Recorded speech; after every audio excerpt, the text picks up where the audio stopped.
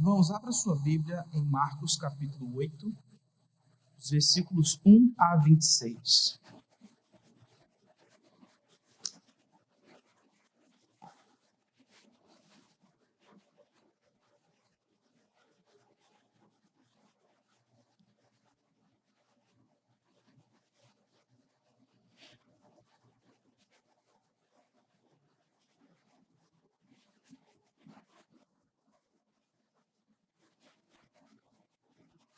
Marcos capítulo 8, de 1 a 26.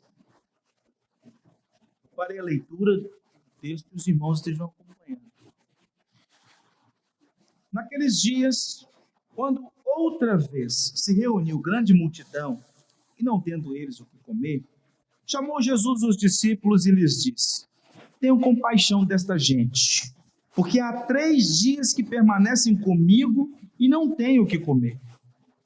Se eu os despedir para suas casas em jejum, desfalecerão pelo caminho e alguns deles vieram de longe. Mas os seus discípulos lhes responderam: Donde poderá alguém fartá-los de pão neste deserto? E Jesus lhes perguntou: Quantos pães tens? Responderam eles: 7. Ordenou ao povo que se assentasse no chão, e tomando 7 pães, partiu-os, após ter dado graças, e os deu a seus discípulos, para que estes o distribuíssem, repartindo entre o povo.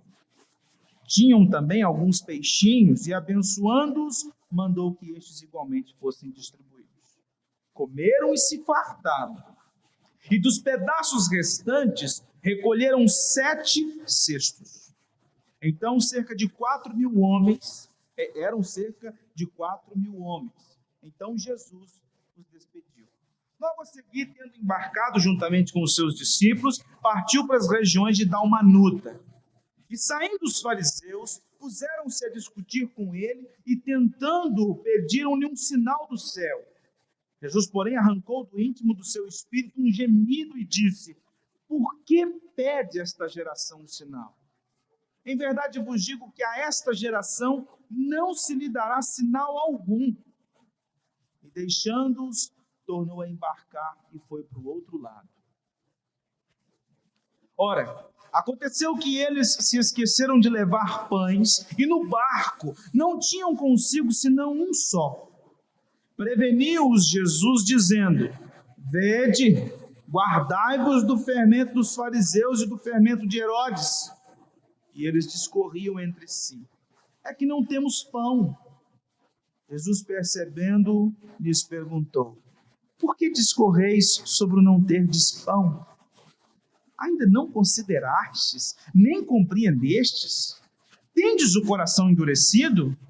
Tendo olhos não vedes, e tendo ouvidos não ouvis? Não vos lembrais de quando partiu 5 pães para os 5.000? Quantos cestos cheios de pedaços recolhestes? Responderam eles: 12. E de quando partiu 7 pães para os 4.000? Quantos cestos cheios de pedaços recolhestes? Responderam: 7. Ao que lhes disse Jesus: Não compreendeis ainda? Então chegaram a Betsaida e lhe trouxeram um cego, rogando-lhe que o tocasse. Jesus, tomando o cego pela mão, levou para fora da aldeia e, aplicando-lhe saliva aos olhos e impondo-lhes as mãos, perguntou-lhe: Vês alguma coisa? Este, recobrando a vista, respondeu: Vejo os homens, porque como árvores os vejo andando. Então novamente lhe pôs as mãos nos olhos, e ele, passando a ver claramente, ficou restabelecido, e tudo distinguia de modo perfeito. E mandou Jesus embora para casa, recomendando-lhe: Não entres na aldeia. Tem uma música muito famosa, que inclusive eu fiz ela aqui no prelúdio, a melodia dela, o instrumental dela, que foi escrita por John Newton. É uma música que no original se chama Amazing Grace, Maravilhosa Graça. Uma música que grandes filmes americanos gostam de utilizar em alguns momentos. E tem uma versão em português desta música, que está no Inário para o Culto Cristão da Igreja Batista, que é o HCC, e lá a versão, ela está escrito assim: preciosa graça de Jesus, que um dia me salvou. Perdido andei, sem ver a luz, mas Cristo me encontrou. A graça, então, meu coração do medo libertou. Oh, quão preciosa salvação a graça me otorgou. Promessas deu meu Salvador, e nele eu posso crer. É meu refúgio e protetor em todo o meu viver. Perigos mil atravessei e a graça me valeu. Eu são e salvo agora irei ao santo lar no céu. Esse hino foi composto por um pastor anglicano, John Newton, mas antes de ser pastor, ele era traficante de escravos, responsável por ir ao continente africano e levar os escravos, aqueles negros, para serem escravizados. E esse homem, depois de uma experiência, ele foi alvo da graça e da misericórdia de Deus e compôs esse hino. Ele então, que era alguém cego, surdo, ele passou a enxergar, ele passou a ouvir, ele ouviu a voz do pastor, ele enxergou os seus pecados, ele enxergou a glória de Cristo e ele confessou os seus pecados e depositou sua fé exclusivamente em Cristo Jesus, e então foi um pastor usado pelo Senhor em sua época. Esse texto que nós lemos, nós temos aqui os discípulos de Jesus como testemunhas de todos os atos de Jesus, mas cegos, surdos. Eles viram Jesus fazer muita coisa. Eles viram Jesus levantar paralítico. Eles viram Jesus multiplicar pães por 2 vezes. Eles viram Jesus ressuscitar uma menina, mais precisamente 2 desses discípulos. Eles viram Jesus curando aquela mulher que sofria com uma hemorragia há 12 anos. E mesmo assim, eles não sabiam quem era Jesus. Eles não conseguiam descansar. E é interessante porque Marcos, no seu evangelho, mostra para nós que uma gentia cirofenícia reconhece que Jesus é o filho de Davi. Nós temos os demônios em Marcos dizendo que Jesus é o Santo de Deus, que ele é o Cristo, mas nós não vemos isso da boca dos discípulos. E isso mostra para nós que aqueles homens, por mais que eles estivessem andando com Jesus, eles não tinham sido alvos da graça de Jesus. Os seus corações ainda não tinham sido transformados. Eles não tinham nascido de novo. Andando com Jesus, ouvindo tudo que Jesus ensinava, vendo tudo que Jesus fazia, mas continuavam com o coração endurecido. No capítulo 7, nós vemos que o ministério de Jesus, ele dá uma espécie de stand-by, né? uma pausa ali no ministério entre os judeus, depois daquele embate que Jesus tem com os fariseus, por causa do que é impuro, né? Se é o que está do lado de fora, se é o que está do lado de dentro. Jesus diz que o problema está dentro do homem, que a impureza está aqui dentro. Então Jesus sai daquele embate, vai para uma região gentílica, tem um encontro com uma mulher cirofenícia, depois ele cura um homem que era surdo e mudo, e agora Jesus vai multiplicar pães e peixes numa terra gentia. Jesus tinha multiplicado pães e peixes numa terra judia, numa região judia. E o texto da primeira multiplicação mostra que Jesus faz um link entre o primeiro êxodo Marcos gosta muito de fazer isso, melhor, né? Marcos faz esse link da multiplicação de pães, a primeira multiplicação, com o êxodo. Nós também percebemos na primeira multiplicação Jesus como aquele que se compadece das ovelhas do Senhor, porque os pastores de Israel não tinham compromisso com essas ovelhas. Agora Jesus multiplica pães e peixes entre gentios. Então aqui nós já temos, nesses relatos do capítulo 7, entrando no capítulo 8, um prelúdio desse alcance da graça de Cristo àqueles que não são judeus. E esse texto que nós lemos, de 1 a 26, do capítulo 8, ele vai concluir a primeira parte do Evangelho.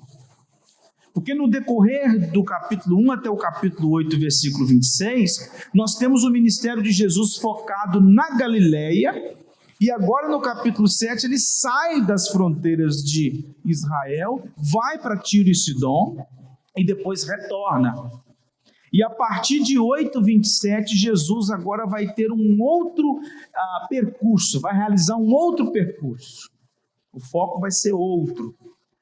E esse texto que nós acabamos de ler, ele conclui essa primeira parte do Evangelho. E nesse texto, Marcos está mostrando que Jesus é aquele que providenciou alimento também para gentio.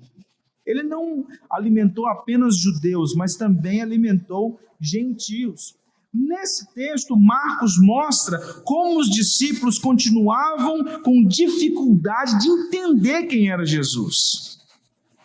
E por isso que Jesus exorta os discípulos, a partir do versículo 14, falando que eles estão sendo seduzidos pelo fermento dos fariseus e do fermento de Herodes. Ou seja, falando sobre incredulidade. Vocês estão sendo levados pela incredulidade, pelo fermento dos fariseus e de Herodes. E aí, esse texto termina com a cura de um cego, lá em Betsaida, que é uma cura ilustrativa. Como eu já disse para os irmãos, as curas de Jesus, elas não têm um fim, elas não tiveram um fim em si mesmo, elas tinham um propósito. E essa cura aqui teve um propósito. Ela foi uma cura ilustrativa, e com isso, a gente pode resumir esses 26 versículos, em que Marcos mostra que somente Jesus é capaz de curar a cegueira da alma. Só Jesus é capaz de curar a cegueira da alma. Vamos primeiro aqui os versículos de 1 a 10.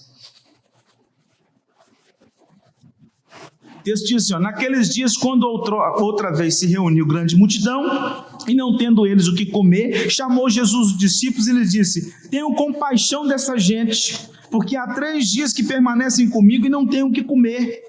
Se eu os despedir para suas casas em jejum, desfalecerão pelo caminho, e alguns deles vieram de longe. Olha a diferença dessa multiplicação para a primeira. Na primeira, não tinha passado 3 dias. Tinha chegado a um final de tarde. E Jesus se compadece daqueles homens e mulheres que estavam ali. Mas agora, entre os gentios, já tinha passado 3 dias. Porque Jesus estava caminhando, aquela multidão seguindo a Jesus, e 3 dias eles estavam correndo atrás de Jesus sem ter o que comer. Jesus se compadece deles, não do jeito que ele se compadeceu com as ovelhas perdidas da casa de Israel. Ele se compadece deles por causa da necessidade deles. Lá na primeira multiplicação, Jesus se compadeceu porque os pastores de Israel não estavam cuidando das suas ovelhas. Os irmãos lembram da exposição, quando nós falamos que Jesus olha para a multidão correndo em direção a ele e diz assim, são ovelhas que não têm pastor. Mas agora Jesus não faz isso, ele se compadece daquela multidão, porque tinha 3 dias que eles não comiam, pela necessidade deles, pela carência deles, né? Então ele demonstra essa compaixão. Isso mostra que Jesus, ele demonstra compaixão que vai além das fronteiras. Jesus não se compadece só com os judeus, ele se compadece também com os gentios. E ele já mostrou isso curando, libertando a filha daquela mulher cirofenícia, curando aquele surdo e mudo e agora alimentando aquela multidão. Mas nos chama muita atenção o versículo 4, porque quando Jesus diz isso para os discípulos, olha o que os discípulos viram para Jesus e falam: de onde poderá alguém fartá-los de pão nesse deserto? Vocês lembram da primeira multiplicação? Quando Jesus disse que tinha que alimentar, eles falaram assim: nós vamos precisar de quantos denários de pão para poder alimentar todo mundo? Jesus falou assim: procura aí, que alimento que existe aí. Aí encontraram 5 pães, 2 peixes, Jesus abençoou, orou, todo mundo comeu, ainda sobrou 12 cestos. Isso acontece por uma segunda vez. O que os discípulos fazem? Faz aquilo de novo. Faz aquilo que o Senhor fez aquela vez lá. Não, sabe o que eles falam para Jesus? Será que tem alguém que tem capacidade de alimentar essa multidão aqui? Isso mostra que coração endurecido. Lá no capítulo 6, versículo 52, Marcos registra que os discípulos não entenderam a primeira multiplicação, porque eles estavam com o coração endurecido, e eles continuavam com o coração endurecido, porque quando eles fazem esse tipo de pergunta para Jesus, é porque eles não tinham entendido absolutamente nada. E aí, a partir do versículo 5, nós vemos Jesus realizando esse milagre de modo muito similar ao que ele realizou antes. Olha, e Jesus lhes perguntou: quantos pães tens? O diálogo é praticamente o mesmo. Responderam eles: 7. Ordenou ao povo que se assentasse no chão, e tomando os 7 pães, partiu-os, após ter dado graças, deu aos discípulos, para que estes o distribuíssem. Está acontecendo tudo do mesmo jeito. Repartindo entre o povo. Tinham também alguns peixinhos, e abençoando-os, mandou que esses também fossem distribuídos. Comeram, se fartaram, é a mesma coisa. E dos pedaços que sobraram, eles recolheram 7 cestos. E era 4.000 homens. Se você colocar uma mulher para cada homem, 8.000. Se coloca uma criança para cada 8.000, me ajuda, 12.000. Então vamos imaginar aqui que estivesse aqui entre 10 a 15.000 pessoas. Aconteceu de novo. E aí Jesus despediu do mesmo jeito. Jesus terminou de alimentar, despediu todo mundo e então embarcou com os discípulos para a região de Dalmanuta, que é uma região ali na Galileia.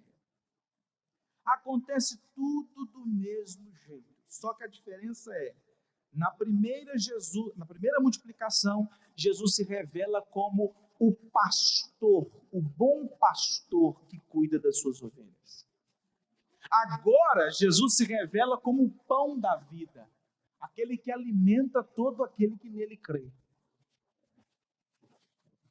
Mas é a mesma multiplicação. Existem alguns pontos de divergência. Lá eram 5 pães, aqui são 7. Lá eram 2 pães, aqui diz que eram alguns peixinhos. O número de homens também era diferente. Lá era 5.000, aqui é 4.000.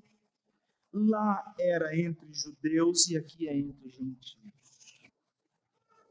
Irmãos,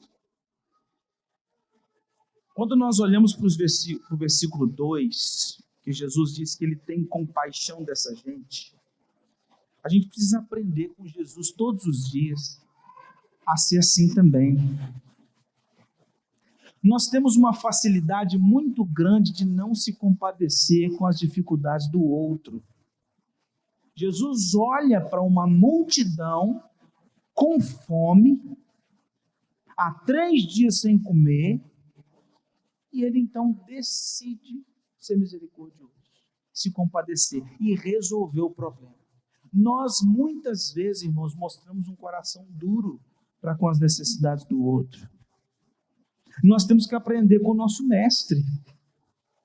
Se nós somos chamados a imitar a Cristo, a sermos como Cristo, se o Espírito Santo está moldando o nosso coração de maneira que nós sejamos como Ele é, então nós precisamos exercer a compaixão. Há muitas pessoas que às vezes estão passando por necessidades perto da gente e a gente está mais preocupado em saber o porquê ele chegou naquela situação do que socorrê-lo. Às vezes uma pessoa que está passando uma necessidade para pagar uma conta. Talvez vamos colocar aqui uma conta de energia que se não pagar até amanhã, a EDP vai cortar. Mas antes de nós auxiliarmos, o que a gente faz? Não cuidou do seu salário, gastou mais do que devia. A gente começa a imaginar situações. Se não tivesse feito isso, não tivesse feito aquilo, se não tivesse comido aquele hambúrguer, tinha dinheiro para poder fazer. Então a gente começa a querer descobrir por que a pessoa está passando aquela situação, antes de se envolver. Isso eu não estou dizendo que nós somos chamados a cuidar de gente sossegada. Não é isso. Estou dizendo que é socorrer pessoas que precisam de fato. Então nós precisamos ter essa compaixão para com aqueles que precisam, como Cristo. Se compadecer da necessidade do outro, é remédio, é alimento, é uma conta que você precisa de um auxílio para pagar, é o que está acontecendo, o que está precisando. Então nós, como irmãos na fé, precisamos olhar as dificuldades do outro. E nós precisamos reconhecer, irmãos, que nós temos um coração muito endurecido em relação a isso. Tem pessoas que têm uma facilidade para ajudar, mas tem muitos que não têm. Tem muitos que têm uma dificuldade muito grande de estender a mão e ter compaixão. E nós temos que fazer isso. Jesus teve compaixão daquele povo. E nós também precisamos demonstrar isso.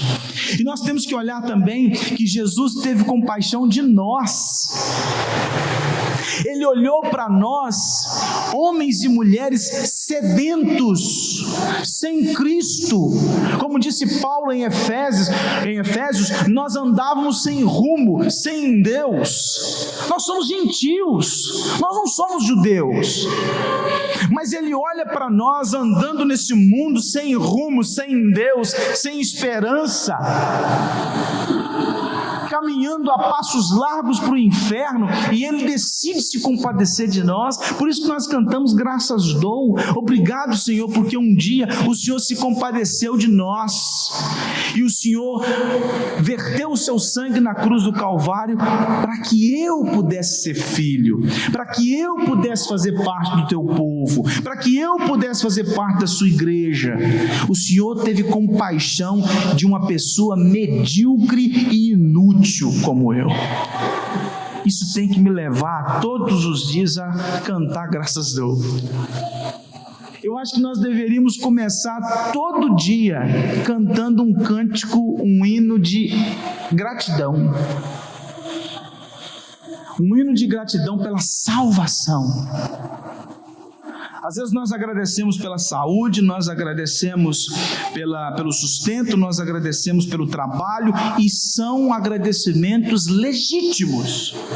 Só que às vezes a gente se esquece de agradecer pela salvação, pelo maior ato de Cristo por nós, se compadecer de miseráveis pecadores que estavam famintos, espiritualmente falando, e foram alimentados pelo pão da vida.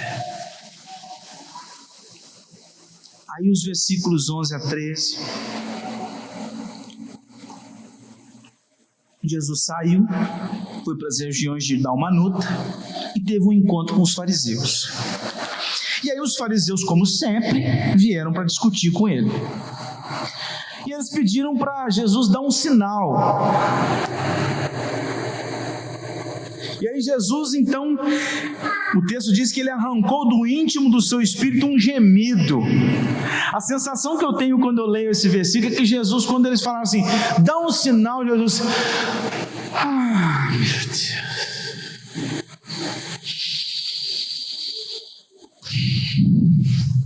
não será dado nenhum sinal a essa geração.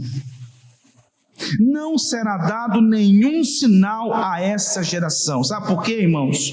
Os feitos de Jesus eram suficientes. Eles estavam querendo mais o quê? Eles queriam um sinal que Jesus era Deus. Mas Jesus já tinha feito paralítico andar, cego enxergar, surdo ouvir, mudo falar, pessoas que estavam escravizadas pelo diabo e que foram libertadas. Eles tomaram conhecimento da primeira multiplicação, tomaram conhecimento de que Jesus deu alimento para cerca de 20.000 pessoas, multiplicando 5 pães e 2 peixes. E eles queriam mais o quê? Eles queriam mais o quê? E Jesus diz, não será dado nenhum sinal, eu sou o sinal.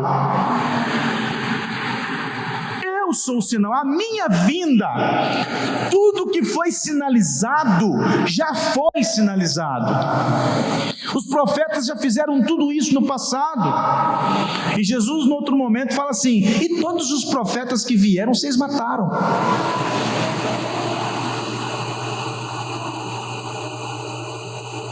Vocês não vão ter sinal.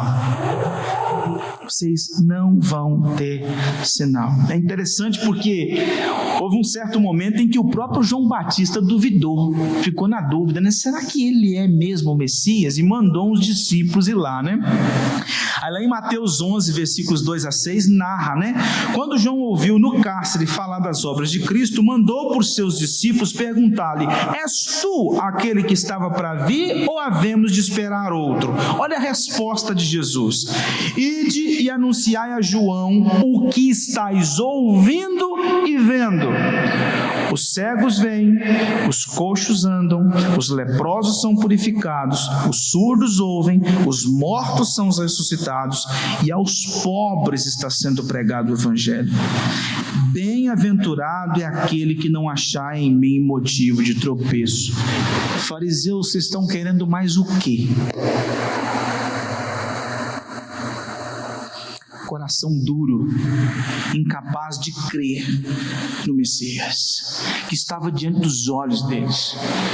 Eu já disse aqui várias vezes, não tinha ninguém naquela época que possuía mais competência para entender o Antigo Testamento que os fariseus. Se tem um povo que era conhecedor do Antigo Testamento, eram os fariseus. Se não tem um povo que era conhecedor da letra do Antigo Testamento, eram os escribas. E eles não estavam ligando uma coisa com a outra. As promessas, as profecias, com o cumprimento. Irmãos, muitos cristãos hoje são seduzidos a fazer a mesma coisa. Muitos cristãos hoje são seduzidos, são tentados a exigir que Deus prove o seu amor. Muitos cristãos ficam pedindo a Deus um sinal. Se o Senhor me ama, cura fulano. Se o Senhor me ama, abra uma porta de emprego. Se o Senhor me ama, que amanhã, quando eu acordar, a primeira ligação que eu vou receber vai ser de uma pessoa falando isso, aquilo, aquilo outro. A gente quer um sinal. A gente vive em busca de sinal. Como se aquilo que Deus fez por nós não é o suficiente. Se Cristo cravado na cruz não é suficiente, a gente precisa de um sinal. Se eu sou teu filho, faz isso. Se o Senhor me ama, faz aquilo. E a gente se esquece de descansar e confiar em Cristo Jesus. Às vezes a gente fica procurando uma espécie de vontade oculta. Você já conheceu o crente que está numa busca pela vontade oculta de Deus? Ele não está preocupado com a vontade revelada. Às vezes a vontade revelada ele nem lê. Ele tem umas 3, 4 Bíblias em casa, mas não lê. Ele está procurando uma vontade oculta. Senhor, estou precisando de um trabalho. Eu queria que o Senhor então me mostrasse qual que eu tenho que escolher. Abri umas 3 portas, fui chamado para 3 entrevistas. Qual dela? Qual empresa dessa que eu vou entrar? Aí ele acha que Deus vai mandar um anjo do céu para encostar do lado dele e falar assim, ó, que não vai nessa, não vai ser legal não. Ali você vai ganhar bem, mas vai ter isso, isso e isso. É melhor você escolher de cá. Não vai acontecer isso. Deus já nos deu a vontade revelada dele e você toma a sua decisão baseada nos princípios e nos valores dessa vontade. Deus não vai mostrar para você se você tem que comprar um carro azul ou verde. Isso é uma decisão que você tem que tomar. Não, senhor, mas qual que é melhor? É azul ou é verde? Estou querendo casar. Tem 3 pretendentes. É a fulana A, B ou C? Ué? A palavra está aqui. Você acha que o Espírito Santo vai chegar e vai falar assim, eu acho que você vai se dar melhor com fulano de tal? Não, gente. Então tem muitos crentes que vivem na base de sinal, de uma coisa que vai acontecer misteriosa, né? Aí é Deus que está falando. Estava aqui pensando, tem 3 pretendentes, acordei hoje cedo com a mensagem de uma delas, eu acho que é um sinal de Deus. Com isso, gente, que fé frágil, isso é uma fé frágil, isso é uma fé frágil. Nós temos os princípios, os valores aqui, a decisão nós tomamos, baseado nos princípios e nos valores. Então muitos crentes querem algo que Cristo faça além do que Ele mesmo. Cristo não é suficiente, Cristo tem que fazer algo além dele mesmo. E olha o que Jesus, olha a conversa de Jesus com os discípulos aqui, ó, versículo 14. Ora, aconteceu que eles se esqueceram de levar pães, e no barco não tinham consigo senão um só. Preveniu-os Jesus dizendo, vede, guardai-vos do fermento dos fariseus e do fermento de Herodes. E eles discorriam entre si, é que não temos pão. Jesus, percebendo, lhes perguntou, por que discorreis sobre o não terdes pão? Ainda não considerastes nem compreendestes? Tendes o coração endurecido? Tendo olhos não vedes e tendo ouvidos não ouvis? Não vos lembrais de quando partiu os 5 pães para os 5.000? Quantos cestos cheios de pedaços recolheste? Responderam eles, 12. E de quando partiu os 7 pães para os 4.000? Quantos cestos cheios de pedaços recolheste? Responderam, 7. Ao que lhes disse Jesus, não compreendeis ainda? Não caiu a ficha? Não caiu a ficha ainda?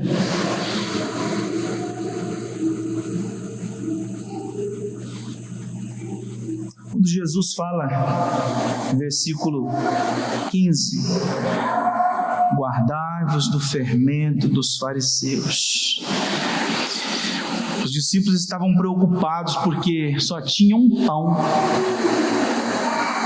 Ali tinha os 12, Jesus no barco. Tinha um pão. Não vamos comer. Nós só temos um pão para 13. E agora? Sendo que Jesus tinha alimentado 20.000 na primeira, com 5 pães e 2 peixes.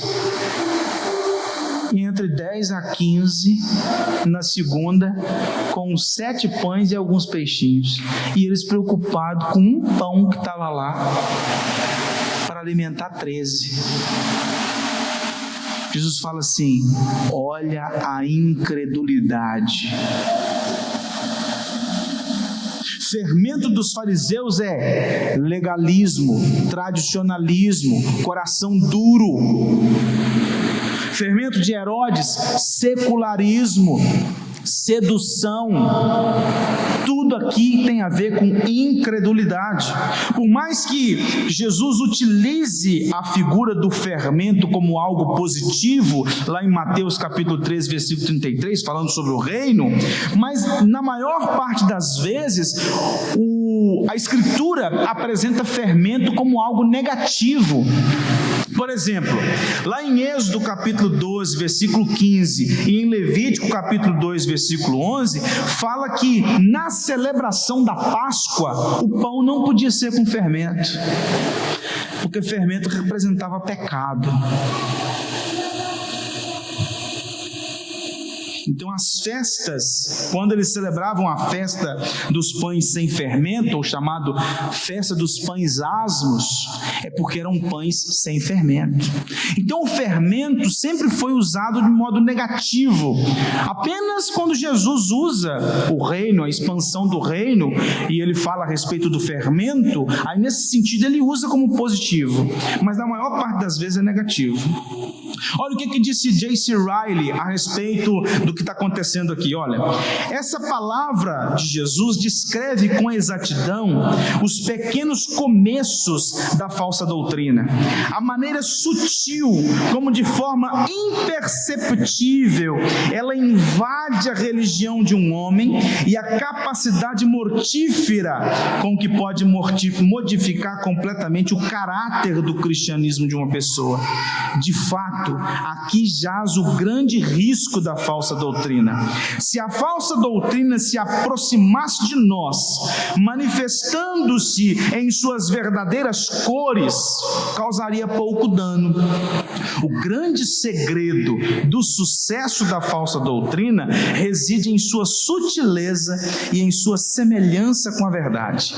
Cada erro religioso, alguns têm afirmado, é apenas alguma verdade que foi alterada. Eu já falei com os irmãos aqui, já usei essa ilustração.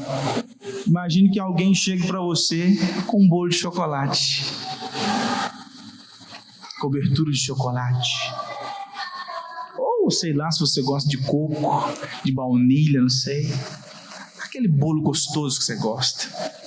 Alguém chega e fala assim: um presente para você. Vou até fazer um cafezinho agora para tomar. E aquela pessoa não diz que naquele bolo tem veneno. O bolo é bonito, o bolo é gostoso, chama atenção, mas mata. O que Jesus está falando para os discípulos é o seguinte: toma cuidado com o veneno. Incredulidade, falsa doutrina. Vocês estão sendo seduzidos pelos fariseus, pelo tradicionalismo deles, pelo legalismo deles. Vocês estão seduzidos pelo coração duro dos fariseus, que olham, mas não enxergam, que ouvem, mas não escutam. Eles não percebem, eles não entendem, estão me pedindo um sinal do céu, sendo que eu estou aqui, eu sou o Messias. Eles não me enxergam e vocês estão no mesmo caminho. Vocês estão no barco comigo, vocês estão andando comigo, vocês estão vendo tudo que eu faço. Vocês me viram alimentar uma primeira multidão, vocês me viram agora numa segunda multidão, vocês me viram fazer grandes coisas. E será que vocês não entendem? Então tomem cuidado com o fermento dos fariseus e de Herodes. Toma cuidado com a incredulidade. Vocês estão preocupados com o fato de eu ser ou não capaz de cuidar de vocês. Vocês têm aquele que é o provedor no barco, mas estão preocupados, estão medrosos, estão ansiosos. Vocês têm aquele que alimentou multidão, e estão preocupados se vão ter condições de comer um pão. Vocês estão do lado daquele que trouxe vida a mortos e estão aí preocupados com o dia de amanhã. Irmãos, a falsa doutrina é um perigo na vida da igreja. Muitos crentes são seduzidos por ela. Por isso que Paulo tem um encontro com os presbíteros de Éfeso, lá em Atos capítulo 20, e diz assim: olha, eu estou indo embora. Na verdade, Paulo já tinha saído, né? Mas eu estou indo embora. Mas aqui, fiquem de olho, prestem bastante atenção, porque falsos mestres vão bater na porta da igreja e falsos mestres vão brotar de dentro da igreja.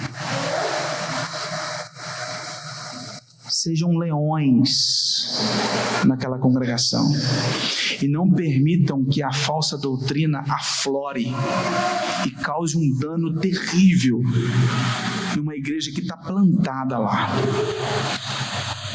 Então, irmãos, a falsa doutrina é um problema, e aqui Jesus está tratando de legalismo, moralismo, secularismo, tradicionalismo frio. Tudo isso é astuto, é problema. Jesus é tudo, mas nem sempre. Jesus é bom, mas nem sempre. Eu tenho que crer, mas não é só crer. Você tem que fazer por onde? Não adianta você crer em Jesus e não praticar boas obras, porque essas boas obras vão somar a obra de Cristo. Não adianta você crer em Jesus e não entregar o seu dízimo. Não adianta você acreditar em Jesus e não realizar algo extraordinário no meio da igreja. Então a falsa doutrina é terrível no meio da igreja. Irmãos, muitas vezes nós cristãos somos assaltados pela incredulidade. Às vezes você pensa assim: tu não, eu já nasci de novo, eu já sou cristão. Não, você também muitas vezes é assaltado pela incredulidade. Você acha que Jesus não é capaz de cuidar de você. Muitas vezes você acha que Jesus não é capaz de providenciar o que você precisa. Por muitas vezes você se pega sem dormir, sem comer, sem viver, porque a ansiedade, o medo, a preocupação, o desespero tomou conta de você, porque você não consegue descansar naquele que pode todas as coisas. Os discípulos estavam com Jesus preocupados o que eles poderiam comer, sendo que só tinha um pão, e Jesus está dizendo: eu estou aqui e eu sou o pão. Será que vocês não acham que eu sou capaz de pegar esse pão e transformar ele em 200 pães aqui, para que vocês comam à vontade? A mesma coisa somos nós, que olhamos para a nossa casa e fala assim: está faltando e Jesus não cuida. O que eu vou fazer? Estou passando por essa necessidade, estou passando por isso, estou passando por aquilo, estou passando por aquilo, e a gente vive assim. Olha o que Jesus disse em Mateus 6, um texto mais conhecido do que tudo: não vos inquieteis dizendo que comeremos, que beberemos, ou com que nos vestiremos, porque são os gentios, ou seja, aqueles que não têm Cristo, é que procuram todas essas coisas, pois vosso Pai Celeste sabe que necessitais de todas elas. Buscai, pois, em primeiro lugar o seu reino e a sua justiça, e todas estas coisas vos serão acrescentadas. Portanto, não vos inquieteis com o dia de amanhã, pois o amanhã trará os seus cuidados. Basta ao dia o seu próprio mal.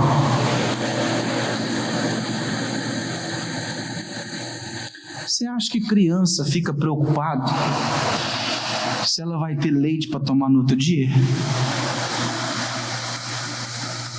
Será que ela dorme e pensa assim: será que amanhã vai ter meu leitinho com Toddy?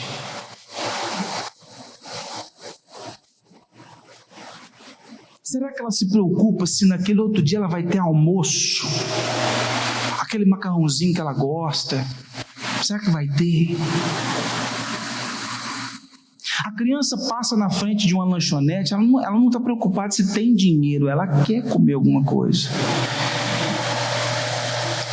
Sabe por quê? Porque ela sabe que o pai vai providenciar. O pai vai providenciar o leite, o pai vai providenciar o almoço, o pai vai providenciar o lanche que ela tanto quer. E olha o que Jesus fala nesse texto: não fiquem preocupados, porque o vosso pai sabe que vocês precisam. Para que ficar preocupado com leite, sendo que ele vai providenciar o leite? Por que ficar sem dormir, achando, como é que eu vou fazer? Não sei como é que eu vou fazer para viver esse mês. Estou só com 10 pares de sapato. Estou precisando de um 11º, de um 12º.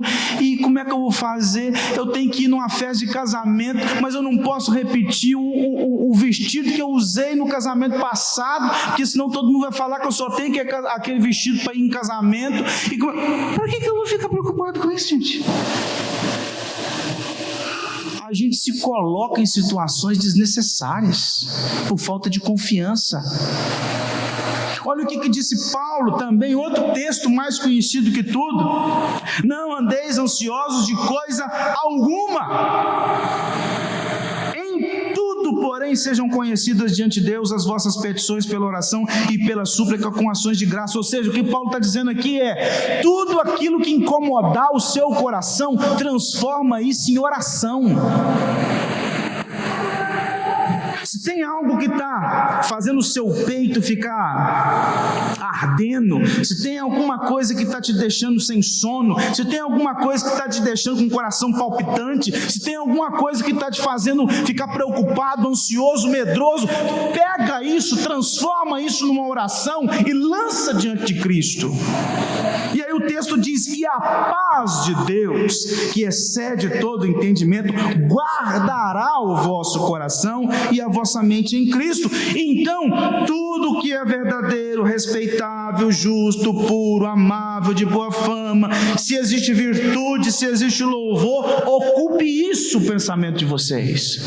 O que Paulo está falando é o seguinte: tira o pecado do medo, da preocupação, da ansiedade, lança ele aos pés de Cristo e coloca no lugar aquilo que é virtuoso. Tira o pecado e coloca Cristo.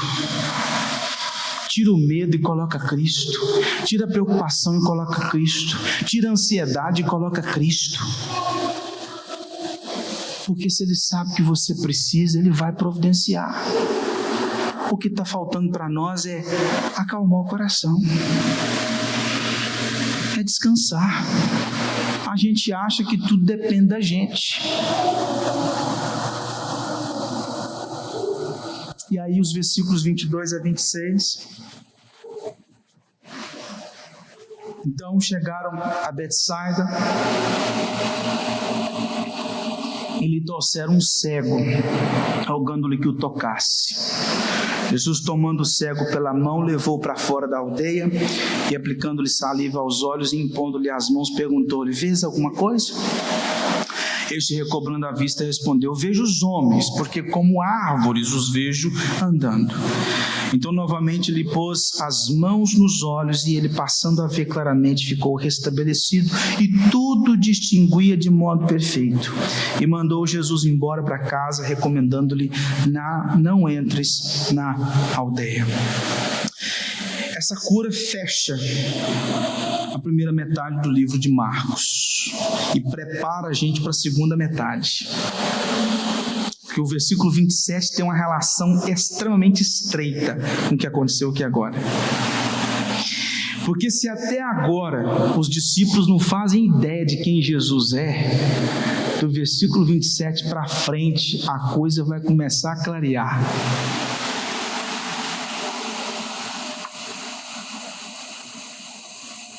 O que o texto diz? Que Jesus então chegou em Betsaida, trouxeram um cego, Jesus pegou aquele cego, tirou aquele cego do meio, fez igual ele fez com o surdo e mudo.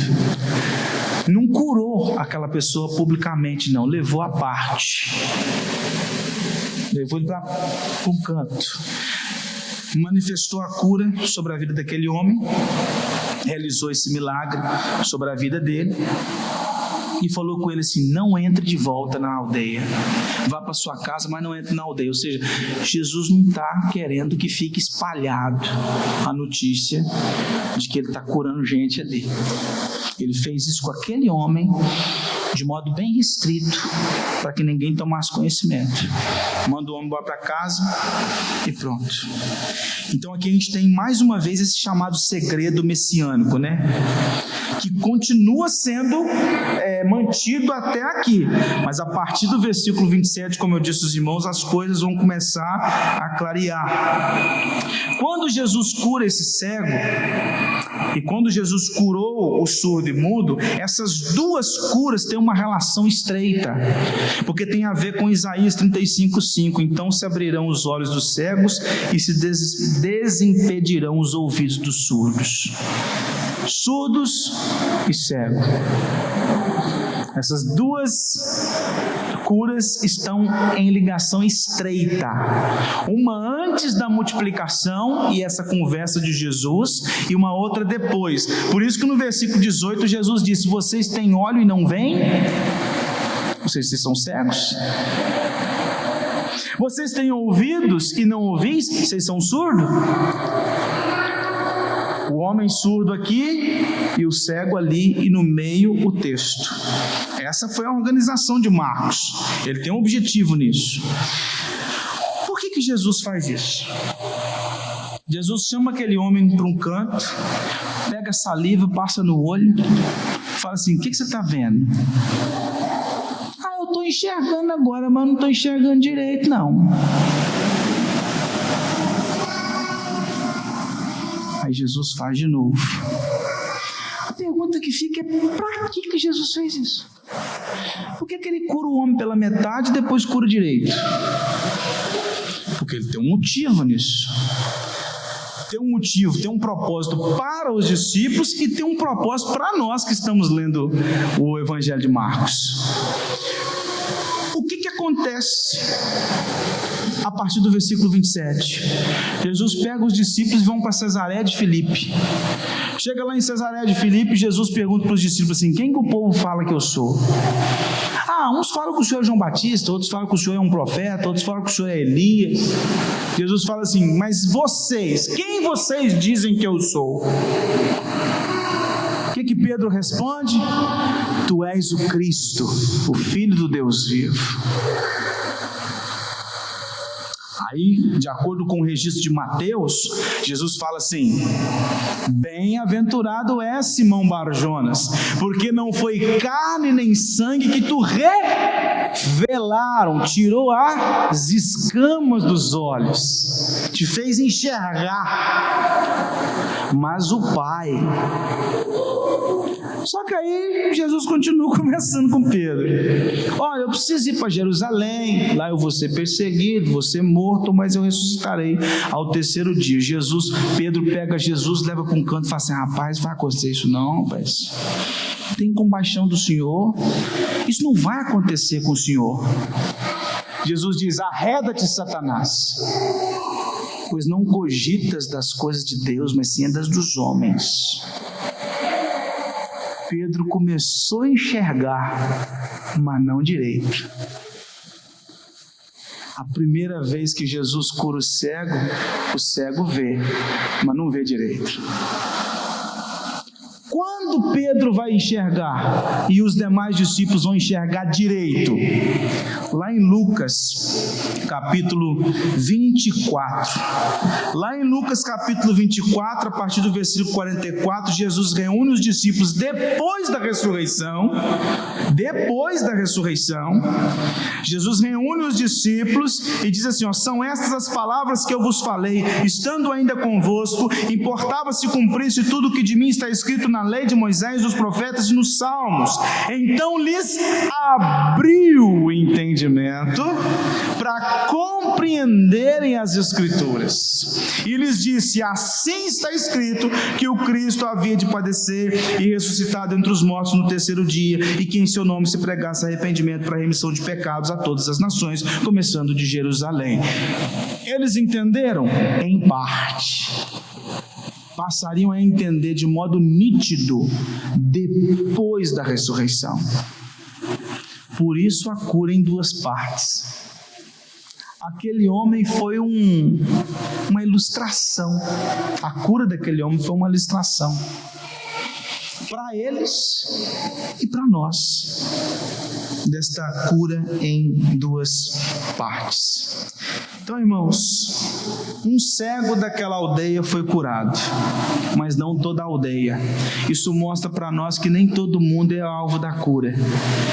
Tem gente que vai ser curada, mas tem gente que não vai. E tem gente que vai ser curada espiritualmente, mas tem gente que não vai ser curada espiritualmente. Tem gente que vai nascer de novo, mas tem gente que não vai nascer de novo. Diferente dos pseudo-apóstolos dos nossos dias, Jesus não procura holofote. Ele realiza a cura, ele não quer show. Ele não quer show. Diferente dos pseudo-apóstolos de hoje, né? Que querem se enriquecer às custas dos outros. Outra coisa que a gente aprende nesse texto também, e presta bastante atenção que eu vou falar aqui agora, nem sempre Jesus cura perfeitamente. Aí você fala assim, mas peraí, sim, quantas pessoas que você não tomou conhecimento que estava à beira da morte, voltou, foi curado, através da medicina, mas está aí com sequelas, com problemas. Quem tirou daquela situação? Você acha que foi aquele remédio que ele tomou? Você acha que foi o tratamento que ele fez? Foi Deus, foi Cristo. Então nem sempre a cura vai ser assim, a pessoa vai ser limpa assim de completo. Às vezes Jesus vai usar a medicina para curar a pessoa em partes. Para quê? Não sei, para algum propósito. Às vezes aquela pessoa vai passar a vida inteira com aquela sequela, por algum motivo. Mas também pode ser que Jesus hoje queira, do nada, fazer uma pessoa que não anda andar. Ele pode. Mas ao mesmo tempo ele pode fazer essa pessoa também andar com uma certa manqueira, para poder, sabe-se lá quais são os propósitos do Senhor. Mas ele cura, seja pelos meios ou fora dos meios. A verdade é que quando é fora dos meios, quando a cura é extraordinária, ela é perfeita. Irmãos, outra coisa que nós aprendemos com esse texto é que muitos crentes vivem de milagre em milagre. Vivem pelo sobrenatural. As pessoas precisam do sobrenatural para ter uma fé forte. Isso mostra uma fé frágil, debilitada. Uma fé que precisa de manifestações extraordinárias de Deus para ser crente. Cristo não é o suficiente. A salvação não é suficiente. Ela precisa de um sinal, uma coisa a mais, um negocinho para poder dar uma melhorada na fé. Queria tanto ver um cego voltar a enxergar. Queria tanto ver um homem batendo o cajado naquela praia da costa e o mar abrindo. Queria tanto ver um morto ressuscitar. Assim, meu filho, você precisa disso para servir a Cristo? Então essa fé sua é muito barata, hein? Muito medíocre, hein? E me perdoe a expressão, muito vagabunda, hein? Porque uma fé que precisa de milagre para ser sustentada é uma fé fraquinha demais. Cristo é tudo, a gente não precisa de mais nada. E aí eu termino aqui. Infelizmente, irmãos, existem muitos cegos espirituais dentro das nossas igrejas. Gente que não está enxergando o Evangelho. Gente que não está vendo quem é Cristo. Gente que está aqui, canta, ora, lê a Bíblia, levanta, senta, bate papo, participa das atividades da igreja, do cotidiano da igreja, da graça e paz de Cristo, participa do grupo do WhatsApp, vive o dia a dia da igreja, mas não nasceu de novo. Gente que ainda está cego, assim como aqueles discípulos que estavam com Jesus, mas não estavam em Jesus. Eles estavam do lado de Jesus, mas não acreditavam em Jesus. E assim tem muita gente no nosso meio, no meio da igreja, que ainda não nasceu de novo e precisa imediatamente de uma ação soberana do Senhor, extraordinária, para tirar as escamas dos olhos. E a pergunta que eu faço a você é: você já entendeu de fato a obra de Cristo? Você sabe quem é Jesus?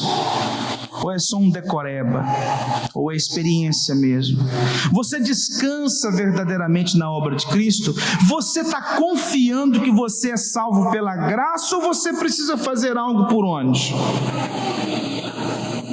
Você precisa descansar na graça de Cristo. Você precisa descansar em Cristo e não naquilo que você faz. Porque enquanto você estiver buscando uma salvação por méritos, você continuará surdo e cego. Que Deus tenha misericórdia de sua vida e abra o seu entendimento, como Ele fez com os discípulos.